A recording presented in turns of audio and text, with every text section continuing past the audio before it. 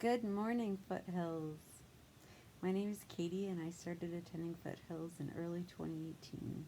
I loved coming to the early Sunday morning services, and I loved the idea of my young son growing up with a spiritual family such as Foothills to help guide him into adulthood. Unfortunately, at the end of 2018, I became very sick with a mysterious illness that left me severely disabled. The disease seemed to attack my autonomic nervous system, and at worst, I couldn't leave my bed, let alone feed myself, brush my own teeth, or talk to anybody. I couldn't look at a screen, text with my family or friends, listen to music or audiobooks. I basically just stared at the wall all day. 2.5 years later, I'm still trying to recover, and as you can see, I've made some progress.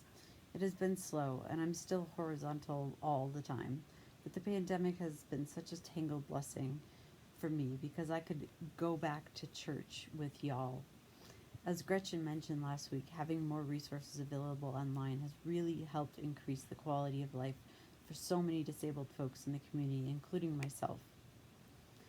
When I found out that the Share the Plate offering was going to the Disabled Resource Services this month, I thought I could be of service by sharing my own story of resource needed after becoming sick.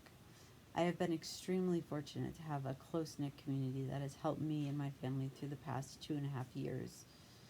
At first, we had friends making dinners and doing our laundry, not to mention both sets of grandparents cleaning our house, picking up our son, and homeschooling him when the pandemic hit.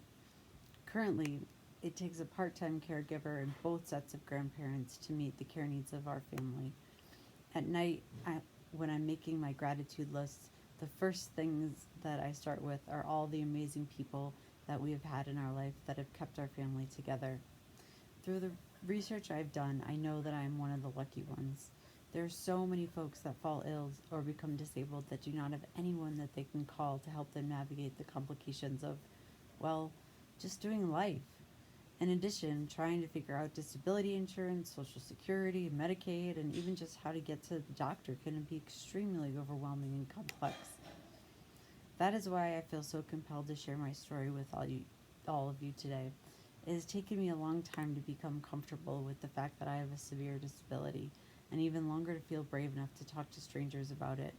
However, I can't imagine going through something like I did on my own, and that is why nonprofits like DRS are so important.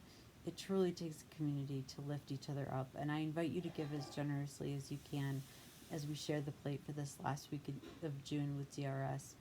Organizations like DRS help folks who are often overlooked in society and give them the tools and resources they need to live the best life possible, which in the end is really what everybody wants for themselves and their fellow humans.